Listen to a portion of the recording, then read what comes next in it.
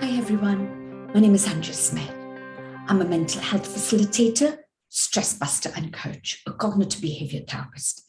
Today, talking to you a little bit about how to increase your investment. 5 examples to keep your team laser focused. So, what does success look like? You put an investment, you work hard. What does it really look like? What people see is just in an iceberg above the fold. They just see what you put out there, but what they don't see is the persistence, the failures, the sacrifice, the disappointment, the dedication that you have put in to make sure that you have the success that you want and need. So my first tip here is have a clear vision. Does your team understand what they do and why they do it? Remember the constant meetings you have, the late nights, the excitement you feel when you're starting a new project. But over time, the vision gets diluted and time passes. When is the last time your team got involved in exploring and understanding the future vision? Do they imagine what it looks like, feels like, sounds like? So change in your vision might mean that it might get foggy over time.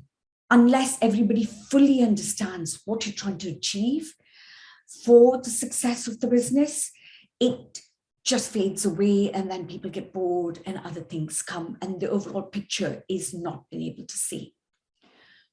So my second tip is create an action plan. Does your team have that crystal clarity of what needs to be delivered and by whom? The importance of organizational aims and objectives, how that filters through specific objectives. Good objectives are initiatives and things that need to get done. But do they have a clear description of who does what, when, and how to achieve your goals? Initiatives enables achievement of objectives. So it's important to have that clear action plan in place. Now, when you're doing an action plan, what small steps are your team taking to achieve those objectives every day? Agree your timescale so that individuals can keep those objectives in mind and hit those targets every day. Scope out a broader objective and break it down monthly, quarterly objectives that can be achieved sooner. Use a review, check whether those objectives are still relevant. So has that information been made clear? Has somebody learned something from past projects that you guys have done, whether those objectives and those action plans are made clear? My next tip is banish distraction. It's easy to say banish distraction, but at the end of the day, there are so many things coming at us, stuff on the TV, social media, they're just all coming at us. I have a very important client at the moment who's an HR director, and what she does is she keeps her personal emails and her company emails separate so that she doesn't get distracted by the personal stuff that's going on at home. So the emails pinging on your screen and they distract you. So keep them in separate tabs and make sure that they don't grab your attention. Discuss what level of experience the person's being managed and allocate those to each individual group so people know where they stand and what they need to do. Now, my fourth tip is weekly support and checkups. Support is really, really important because if you're not taking a break and you're plowing straight through all those tasks at once, you don't take a moment to recuperate, but it just gets overwhelming then.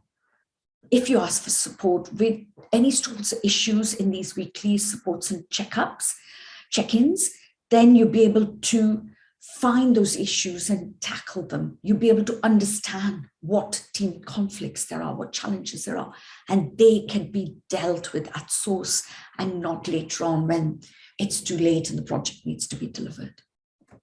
Now, my fifth is develop your team's resilience, focused and motivation. Communicate with rather than to your people, because during times of change and growth, communication is just essential, because it's often done to people rather than with people. If you make your team an integral part of your business, then you're consistently looking at the strategy, your aims, your vision, consistently revisiting how this translates into objectives and standards and things that need to be done. You'll be more capable of accountability and decision-making, freeing you to focus on evolving the organization further. So how do you develop a laser-focused approach to increase your investment? So do you understand that your brain is like a muscle? And like a muscle, it can grow. So you need to train it. Become aware of your situation. Become aware of where the whole team stands. Breathe deeply and create those objectives, those aims, those values, those principles, and choose thoughtfully.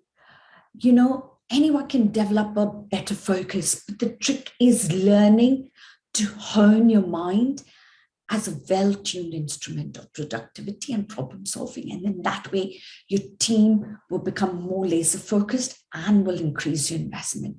Once you prepare your body and brain with better cognitive processes, arrange your day in a way that cultivates success. So thank you for watching. Again, my name is Andrea Smith. Please book a strategy call so we'll be able to discuss further your needs and improve well-being, performance, and the returns will be high. Bye for now.